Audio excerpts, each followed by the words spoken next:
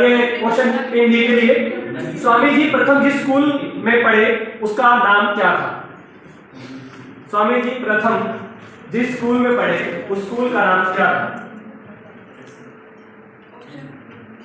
Option: Saint Joseph, Saint Elgard, Saint Williamson या metropolitan institution. हाँ जी, ऑप्शन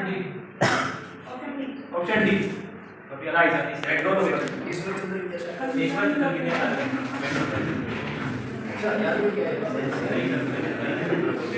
टीम ए के लिए क्वेश्चन जा रहा है।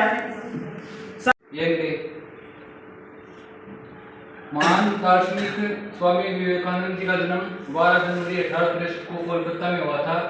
इनके पिताजी का नाम विश्वनाथ था तथा वह पेशे से कोलकाता उच्च न्यायालय में वकील थे। इनकी माता का नाम भुवनेश्वरी देवी तथा यह पेशे से गृहिणी थी। इनके पारिवारिक वातावरण आध्यात्मिक एवं धार्मिक आदर्शों पर चला था। इनको बचपन से ईश्वर को पाने व प्राप्ति के प्रति लालसा बढ़ने लगी। स्वामी विवेकानंद जी कोलकाता में रामकृष्ण हंसेन की मुलाकात हुई दो बाद में इनके वही जो हमारा 9/11 हमला, अगर हम 9/11 को याद करते हैं आज के संदर्भ में तो हमें एक ही चीज याद आती है जो न्यूयॉर्क में हमला हुआ था, आतंकवादी हमला। बट वही 9/11 हम वो क्यों नहीं याद करते कि जो शिकागो में 1893 में हमारे स्वामी विवेकानंद जी ने इतना महान भाषण दिया कि उनका नाम आज और आज से हजारों वर्ष बाद भी लिया जाएगा। पहले जब ये वहां पहुंचे तो सभी वहां टाई सूट बूट में थे और उनका यह कहना था कि भारत ने फिर एक लकड़ी का सैनिक भेज दिया और हमारे तर्क के नुकीले वार एक बार भी नहीं सह पाएगा और टूट के बिखर जाएगा। स्वामी विवेकानंद ने उस पर भी कुछ नहीं कहा। स्वामी विवेकानंद 1.5 महीने तक न्यूयॉर्क में रहे और हर बार उनको एक ही शब्द सुनने को मिला, you bloody black, go back. उन्होंने इतना सुनने के बाद भी जब वो स्टेज पे गए तो 2 मिनट तक उन्होंने सबको निहारा, देखा। उसके बाद वो माइक में पहले अपने 5 वो शब्द बोलते हैं जो हमने अभी भी सुने थे, sisters and brothers of America, और 2 मिनटों तक 7,000 लोगों ने उनके लिए तालियां खड़े होकर बजाई है। और अगले दिन न्यूज में यह कहा गया कि उस सभा में बहुत बड़े बड़े दिग्गज आए, परंतु भारत का एक 30 वर्ष का भगवाधारी संत सबको फेल कर गया। तो उनके इस भाषण से हमें यह सीखने को मिलता है कि भारत की जो सनातन संस्कृति है वो शिव जी की तरह विष पीकर अमृत देने के लिए है।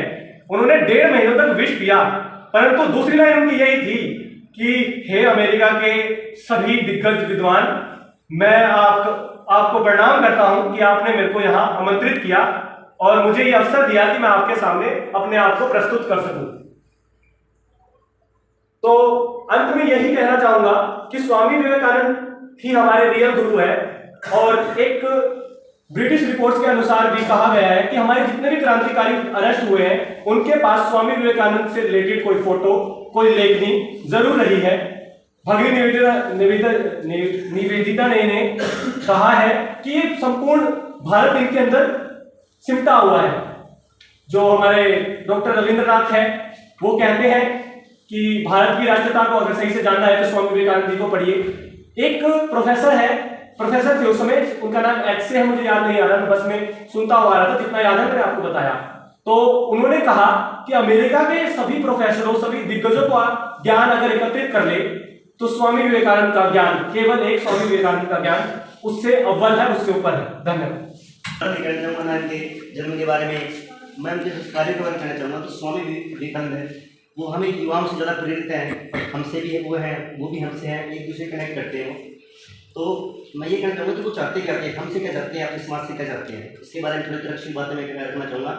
कि मान लीजिए कोई व्यक्ति है शिकागो में जाता है, धर्म संस्था में बात करता है, तो वो संदेश से युवाओं को देता है उससे प्रेरित है। वो कहते हैं कि युवाओं को ना आगे खड़ा होना पड़ेगा, अभी आपको आगे समर्थ होना है तो, शिक्षित होना है तो, क्योंकि वो सनातन धर्म को लेकर चलते हैं, अपनी पुरानी संस्कृति को आगे बढ़ाने की बात करते हैं। वो बोलते हैं कि हमें भी आगे आना पड़ेगा अपने समाज से निकल, क्योंकि आप युवा हो, आप में से अनुभव ले सकते हो अपने बुढ़ों से, लेकिन काम करने का तरीका जो गुरुत्व है वो आप में ही है।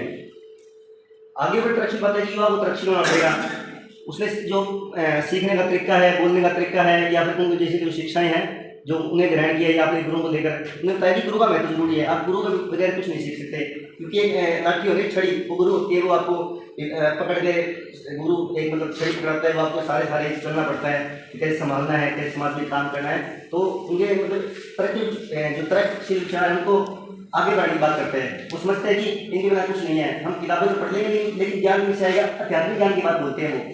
तो ये नहीं है कि आपको जाके भी कोई धर्म की जाके बात विशेषता बता दी, लेकिन उस धर्म में है क्या इंसानियत है, क्या मानवतावाद है भी आगे उसमें कुछ जो आगे बढ़ाया है। सनातन धर्म में वो आगे इसलिए बढ़ाया तो कुछ लगा कुछ बात है इसमें, तभी वो लेके चले, और इतनी प्रसिद्धि मिल गई कि इतना ज्ञान उनको मिल गया कि देखो पहले से इस कानून भाषण देने से पहले लोग उनका इंतजार कर रहे हैं, डी भाषण में प्रोग्रेस सिस्टम ऑफ अमेरिका बोलने की तारीफ बन जाती है। सोचने की बात है कि वो व्यक्ति कितना महान है।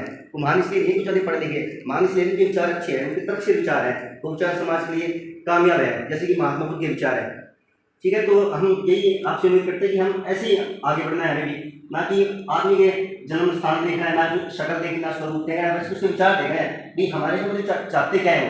अगर हम प्रेरणादायक मानते हैं उसको तो उनके विचार आगे बढ़ाओ। जैसे कि कोई अम्बेडकर है तो मानता है, कोई भगत सिंह को मानता है, या कोई सर तो बारे में भी मतलब जानना चाहता है, उनको जानना है, तो उनके विचार आगे बढ़ाओ कि सबने हमें क्या बताना चाहा है और क्या हम चीज़ों को लेकर आगे कर सकते हैं।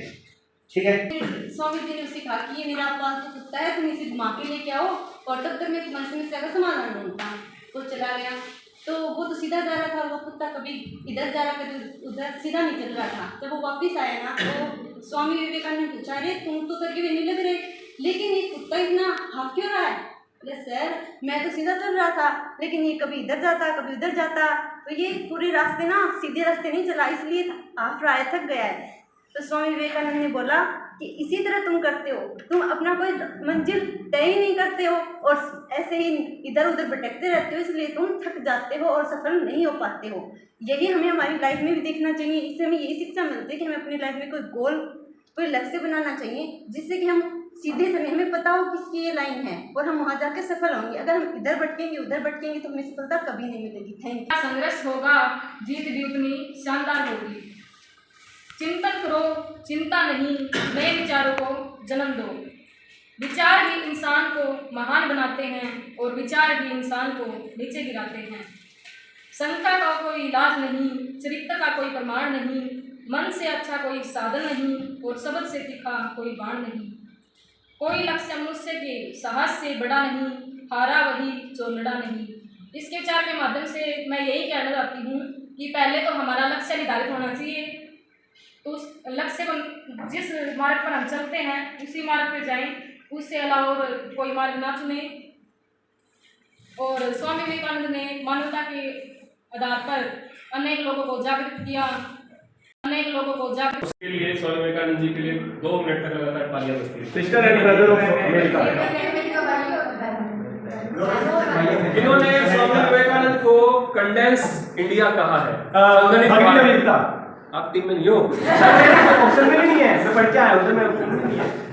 इसने कहा कि अगर स्वामी विवेकानंद, अगर भारत को जानना है तो स्वामी विवेकानंद को पढ़ो।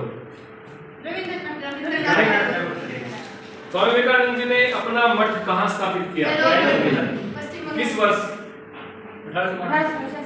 नहीं, अच्छा, शिकागो में विश्व धर्म संसद किस वर्ष आयोजित? जो मैं पढ़ पाया, उस व्यक्ति ने जिक्र किया उस बीमारी के, और योग का मतलब ये नहीं कि बीमारियां नहीं होंगी, आप खान पान भी देख सकते हैं। और कई बार ये भी बताते हैं कि उसकी जब डेथ हुई है तो उसके दिमाग की नस फटी थी, वो ध्यान में था उस समय जिस दिन उसकी डेथ हुई, 4 जुलाई था। तो 2 घंटे के करीब उसने मेडिटेशन किया और उसी समय वो उस समाधि में चला गया।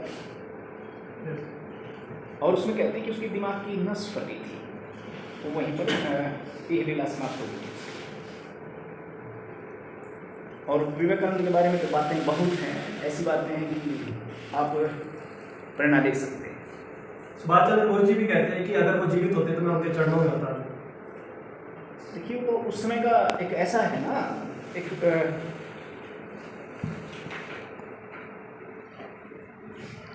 यूरोपियन से एक नाम देते हैं उसको, साइक्लोन।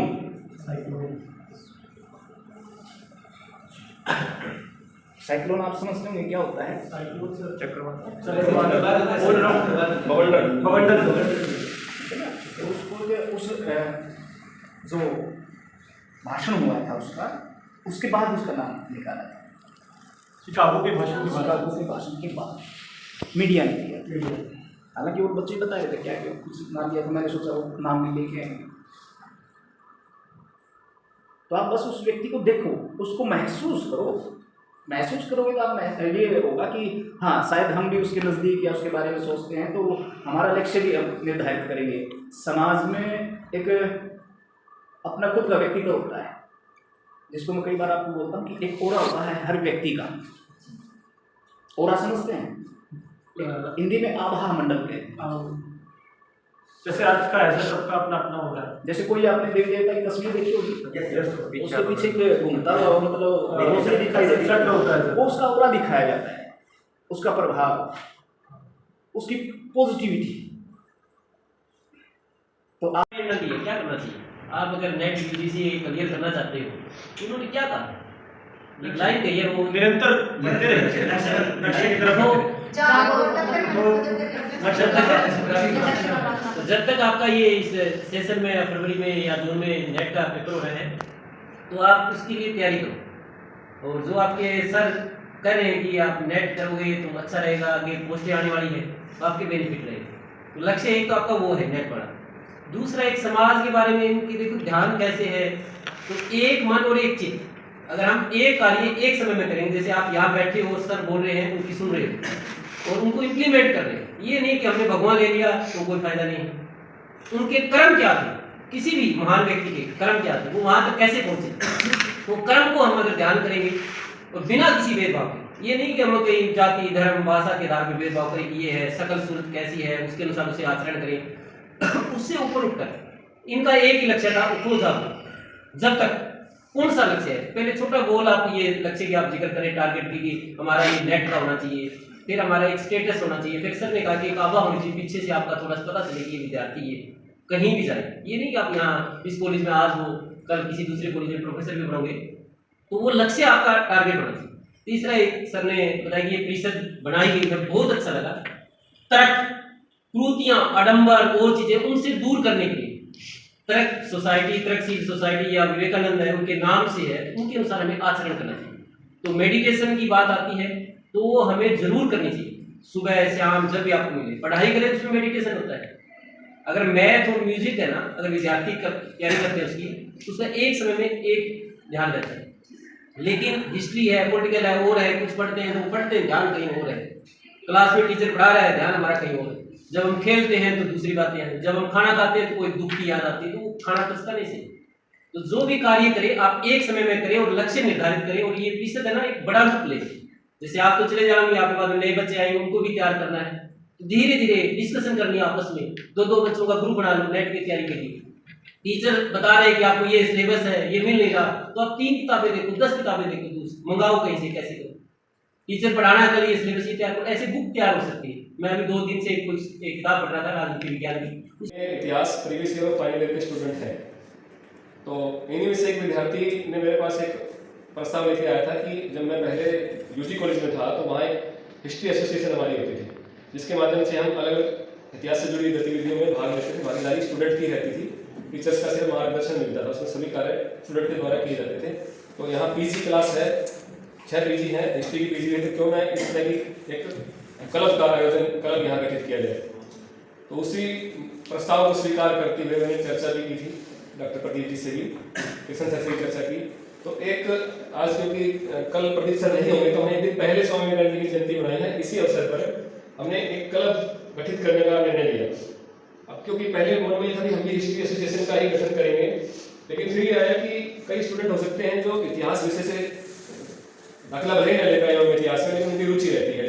पॉलिटिकल साइंस के भी हो सकते हैं, संस्कृत के भी हो सकते हैं और साहित्य से जुड़े हुए विद्यार्थी भी हो सकते हैं।